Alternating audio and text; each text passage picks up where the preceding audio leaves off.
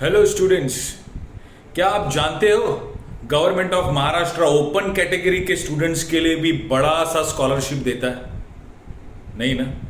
सो आज का वीडियो बहुत खास है for those students who are in final year TY you could be in BMS, BAF, BSc IT हो गया, computer science, biotechnology, hotel management. कोई भी फाइनल ईयर टीवाई का स्टूडेंट ये वीडियो देख सकता है। और इसमें मैं बताऊंगा आपको कि महाराष्ट्र गवर्नमेंट आप ओपन कैटेगरी के बच्चों को कैसे स्कॉलरशिप देके professional post graduation, higher education, उच्च शिक्षण जो बोलते हैं मराठीमध्ये आपण उच्च शिक्षण म्हणतो, so how they are pushing students, okay, by giving a scholarship to open category students. So sir open category में कोई स्कॉलरशिप नहीं रहता है, यही काफी बच्चे बोल रहे हैं। तो आज के मैं वीडियो में वही आपको क्लैरिटी देने की कोशिश करूंगा कि ओपन कैटेगरी के बच्चों के लिए भी स्कॉलरशिप है और वो कैसी है। ओके, तो सबसे पहले अगर आप टीवाई में हो और अभी हम लोग फरवरी में हैं, ये वीडियो हम लोग बना रहे हैं, this video is specifically made for people of Palghar district. Okay, so 2 महीने में आपका एग्जाम है, you people are just 2 months away from completing your graduation. तो पहले तो हम लोग ये डिस्कस करते हैं कि आपके पास क्या ऑप्शंस है। ओके, और बहुत से बच्चे ऐसे रहेंगे कि जिनको मालूम ही नहीं कि गवर्नमेंट उनको हेल्प कर रही है। अगर आप 2 स्टेप्स आगे आएंगे तो गवर्नमेंट आपको और 2 स्टेप्स आगे पुल कर सकती है by giving some financial help. Okay, तो let's talk about the options. So TY कोई बीकॉम कर रहा है, कोई बीएमएस कर रहा है, कोई बैफ कर रहा है, कोई बीबीआई कर रहा है, कोई BSc IT, computer science, biotechnology, hotel management, जो भी आप टीवाई में हो अभी 6 सेमेस्टर में आप अलग अलग कोर्सेज कर रहे हो, तो अभी आपके पास आगे ऑप्शंस क्या है। तो let's talk about the options. तो एक ऑप्शन बहुत लोग बात कर रहे हैं आज की तारीख में, सरकारी नौकरी, MPSC, UPSC, right. So lot of people I have seen, lot of students are going in for MPSC, UPSC, right. बहुत लोग 4-4, 5-5 साल ट्राई करते हैं, यूटर्न मार के आ जाते हैं वापस। सर मेरे बस की बात नहीं है, पर आपने आपके जिंदगी की 4 या 5 साल खराब किए। तो मैं आपको कहना चाहता हूं स्टूडेंट्स, बहुत अच्छा ऑप्शन है, लेकिन अगर आप 12 से 15 घंटे पढ़ाई करने के लिए रेडी हो तो ही इस ऑप्शन के पीछे जाओ, right. You are the best जज for yourself. If you can realise yes I can do it, please go ahead, पर वो 4-5 साल के बाद यू टर्न मार के मत आना, right. So that is one option. Second option for mainly people from BMS, BAF, BBI, BCom, CA एक बहुत अच्छा ऑप्शन है, लेकिन सेम प्रॉब्लम एमपीएससी, यूपीएससी की तरह है कि इसका success rate is very low. आज की तारीख में बहुत लोगों को मैंने देखा है 3-4 साल करने के बाद सीए का तैयारी वो लोग यूटर्न लेके आ रहे हैं। So realise your potential students. Okay, अगर आपको लगता है कि आप नहीं कर पाओगे उतना पढ़ाई या फिर उतना अपना पोटेंशियल नहीं है, दिमाग नहीं है, ये राइट। सो बीइंग रियलिस्टिक, ऐसा नहीं कि सर ऐसा कैसे मेरे को नहीं आता, उसको आता है, मेरे को क्यों नहीं आता, that is good attitude. But 4-5 साल गंवाने से, क्योंकि बाद अगर वो आपको रियलाइज होता है कि नहीं this that was not my cup of tea, then you are wasting your time students. So MPSC, UPSC, CA ये ऑप्शंस ऐसे हैं कि जहां पे सक्सेस रेट थोड़ा सा कम है, बहुत कम है, right. Let's move on, what is the next option we have. तो बहुत लोग बोलते हैं कि सर क्या है, बीकॉम हो गया, बीकॉम के बाद एमकॉम करेंगे, राइट, बीएससी के बाद एमएससी करेंगे। These are called plain post graduation. Okay, जो लोग बहुत करियर के बारे में सीरियसली सोचते नहीं है ना, वो प्लेन पोस्ट ग्रेजुएशन में चले जाते हैं। बेसिकली वो लोग क्या कर रहे हैं मालूम है, सिर्फ 2 साल से ये जो सवाल खुद को जो पूछना है कि ये पढ़ाई करके मैं आगे क्या, मेरा फ्यूचर है, मेरे पास क्या अपॉर्चुनिटीज है, ये सवाल को सिर्फ हम 2 साल के लिए टालते हैं और एमकॉम कर लेते हैं। और बाद में एमकॉम करने के बाद उनको रियलाइज होता है कि यार देयर इज नो कंपनी, कोई भी कंपनी ऐसी नहीं बोलती कि मुझे बीकॉम नहीं एमकॉम चाहिए। सब कंपनियां बोलती बीकॉम और एमकॉम, कोई भी चलेगा हमको। तो अगर ऐसी डिग्री आप कर रहे हो तो आपको उसका विशेष फायदा नहीं होगा। तो इसीलिए मैं रेकमेंड नहीं करूंगा आप एमकॉम या प्लेन एमएससी में जाए। एमएससी काफ़ी लोग करते हैं, सिर्फ केमिस्ट्री कर लिया, एमआईडीसी है पालघर बोईसर में, बहुत बड़ा एमआईडीसी है वगैरह, लेकिन वो लोग काफ़ी बार बीएससी वालों को भी लेते हैं, राइट। और बहुत से लोग जो है वो बीएससी वालों को सिखाते हैं और उनसे काम कराते हैं। तो ऐसी डिग्री अपने को बहुत ज़्यादा हेल्प नहीं करती है। Let's move on, what is the next option we have. So अगर आपको बहुत अभी एक वर्ड चल रहा है, वो है लॉ। सर लॉ करना है, लॉ करना है। So let me caution you students, बहुत से लॉ ग्रेजुएट विदाउट जॉब घूम रहे हैं। और लॉ एक ऐसा प्रोफेशन है कि जिसमें अगर आप बोलोगे कि सर बहुत अच्छा नौकरी है, करियर है, तो ऐसा नहीं है। अगर किसी के डैडी या फिर ग्रैंडफादर अगर ऑलरेडी लॉयर है तो आप ज़रूर इस राह पे चल सकते हो। लेकिन अगर आप सोचोगे कि सर कंपनी में, तो कंपनी में कॉर्पोरेट लॉ रहता है, उसमें लॉयर लगते हैं, एक लॉयर लगेगा पूरे कंपनी में, वो भी बड़ी कंपनी रहेगी तो, right. So opportunities are very very limited students, right. Second, बहुत बार बोलते हैं सर मैं नौकरी करूंगा, ये नौकरी में पैसा आएगा। अरे नौकरी करने के लिए ऑलरेडी बहुत लोग हैं, राइट। सो उस पर आप आपका करियर का स्ट्रैटेजी नहीं डिसाइड कर सकते। सो जो लोग ऑलरेडी पास आउट हो चुके हैं लॉ में 3-4 साल में, लास्ट 3-4 साल में, उनसे आप बात करो, देखो opportunities, there are no jobs unfortunately, right. It is very very unfortunate, लेकिन ये रियलिटी है। तो आप आपका रिसर्च, ये वीडियो के बाद और भी वीडियो देखिए कि लॉ में क्या अपॉर्चुनिटीज है, क्या है, और उसके बाद ही डिसीजन लीजिए। नेक्स्ट ऑप्शन आपका रहेगा, अगर आपको टीचर बनना है तो बीएड एक ऑप्शन है।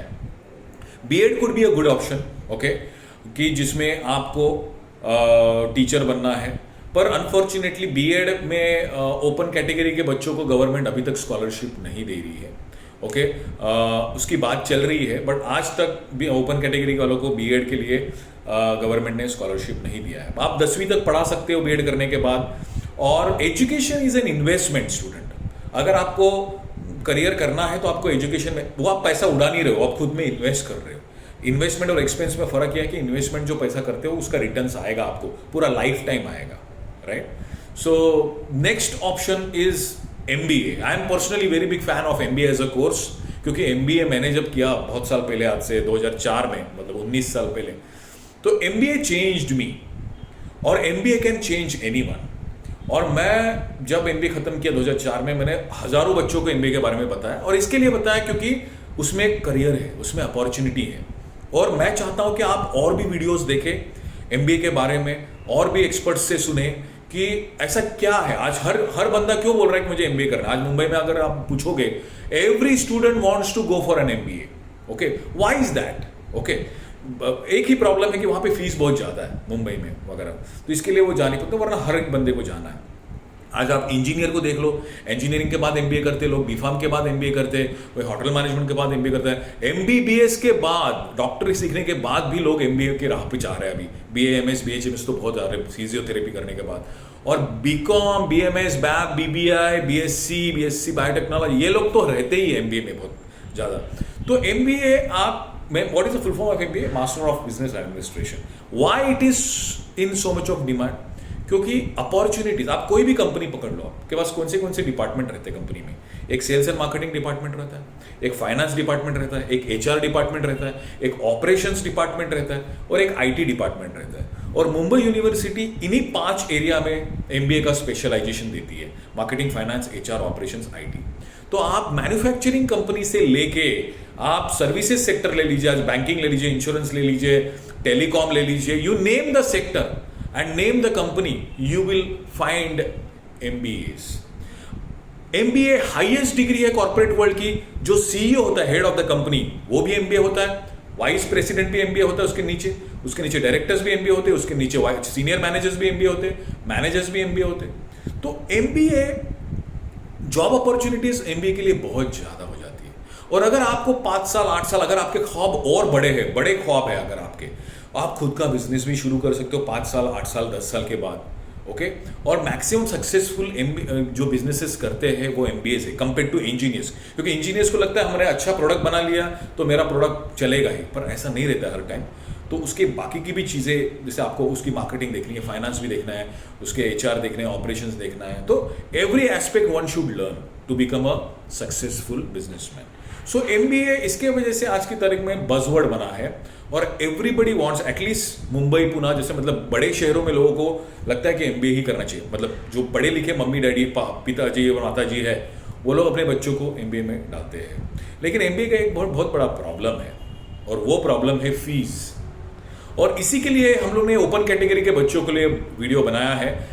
गवर्नमेंट ऑफ महाराष्ट्र ने, thanks to the government of Maharashtra, अभी अपने एकनाथ जी शिंदे और देवेंद्र जी फडणवीस, इनकी सरकारें, इसके पहले भी जो महाराष्ट्र गवर्नमेंट्स थी, तो उन्होंने EWS, economically weaker section, open category के लिए, और EBC, इकोनॉमिकली बैकवर्ड क्लास, ऐसे 2 कैटेगरी के बच्चों के लिए स्कॉलरशिप वर्कआउट किया है। तो बेसिकली उसकी क्या कंडीशंस है, तो आप ओपन कैटेगरी के होने चाहिए, आपका इनकम जो है, आपका मतलब आपके पिताजी का या माता जी का जो भी काम कर रहा है घर में, या फैमिली इनकम, वो 8 लाख से कम होना चाहिए सालाना। इसका मतलब महीने का 65,000 से कम होना चाहिए।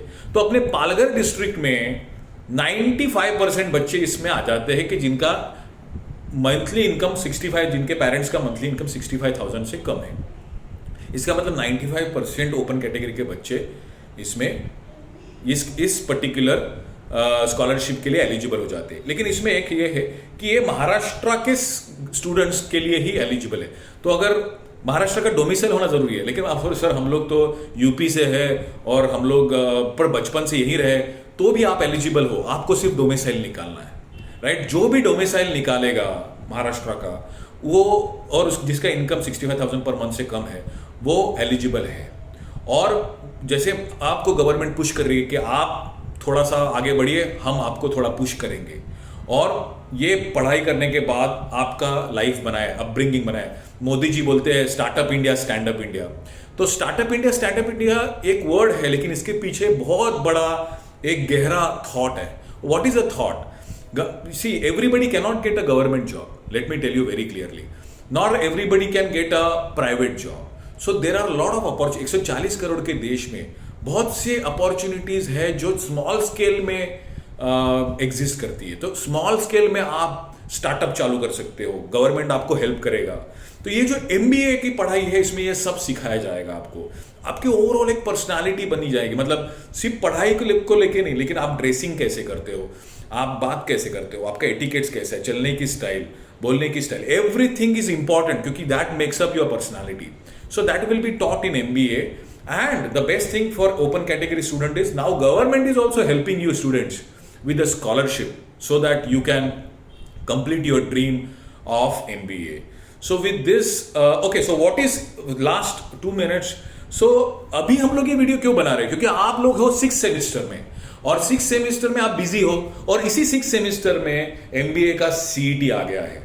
Okay, so 18-19 March is the CET, and that is the reason we are making this video. Even B.Ed का भी CET 6th सेमिस्टर के दौरान। तो आप 6th सेमिस्टर खत्म करके आओगे, हाँ अभी मुझे MBA करना है, तब तक डेट्स चला गया रहेगा। तो इसीलिए ये वीडियो आपको अभी हम लोग बता रहे हैं।